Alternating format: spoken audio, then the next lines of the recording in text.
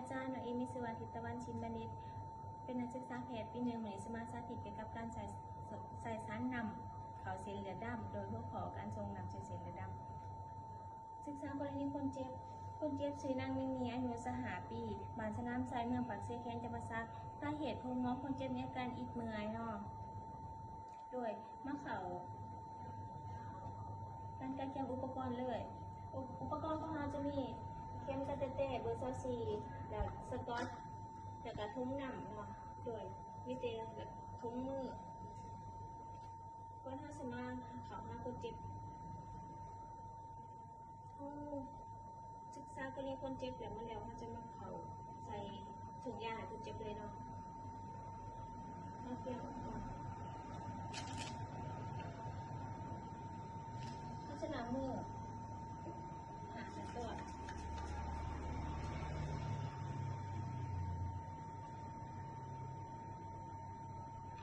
วันนี้เขาจะมาใส่แว่นอากาศ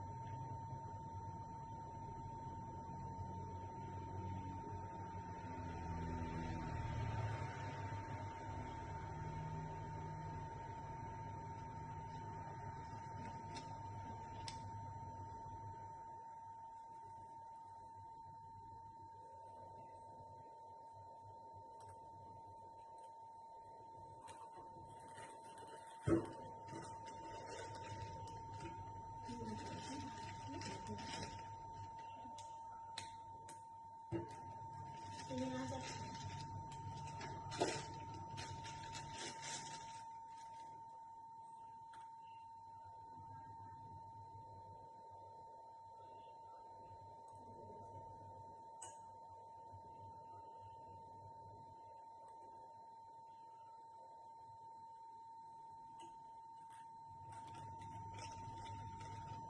ละลายอากาศ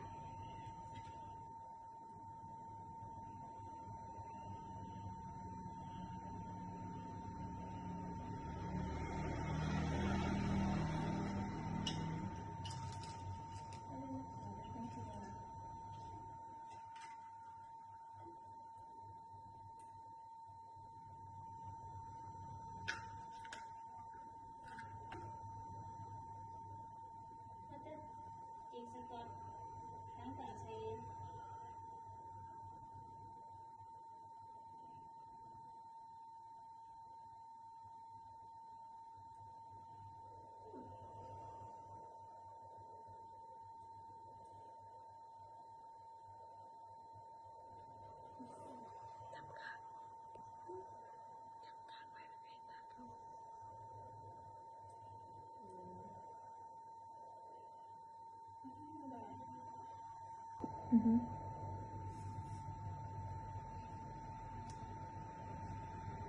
จะมาจีสกอต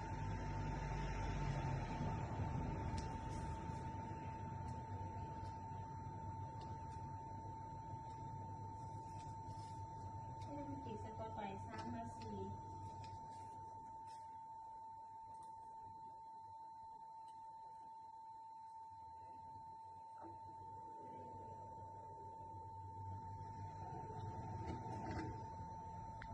สบายดีแต่จะได้ยังไงบ่คนเจ็บสิยังได้สิมีด้วยอายุจักปีล่ะบ้านเมืองแพงด้วยเฮาสอบถามข้อมูลชื่อว่าเตียงคนเจ็บเตียงแล้วก็กับชื่อคนเจ็บพบว่ากับเย็บปุ่ม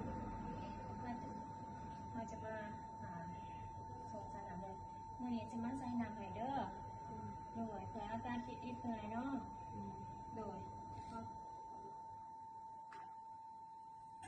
จุดประสงค์คือเฮาใส่ส่งยาให้ก็เพื่อให้มีแรงขึ้นเนาะโดย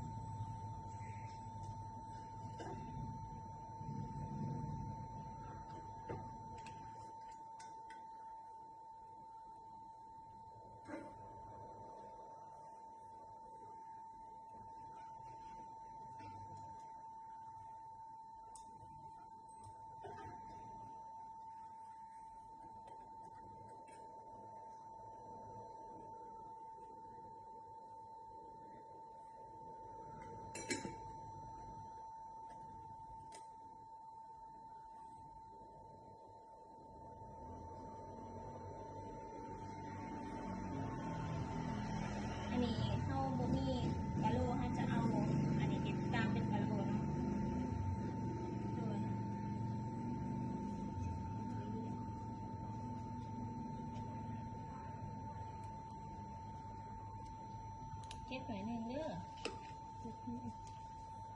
ตั้มเขา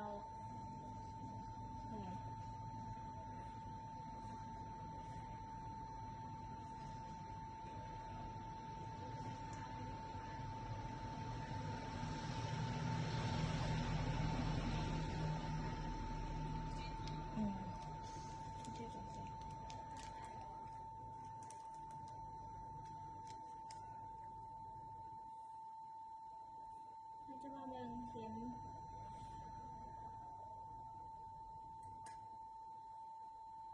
เราจะหันหัวเข็มเขากับหา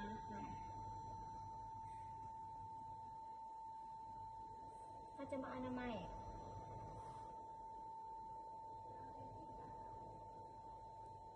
ตั้งเขาเด้อเก็บหน่อยหนึ่งเนาะ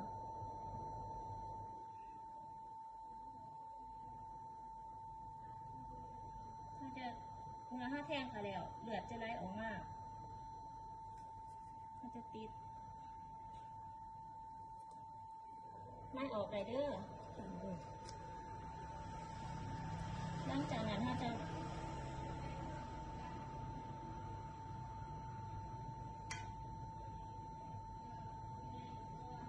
แล้วถ้าจะปอกเต็งหนัก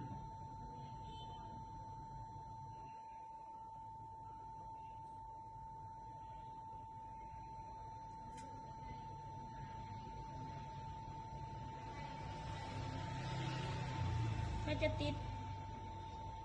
สอดก่นจอเนาะเพราะว่ายันหลวด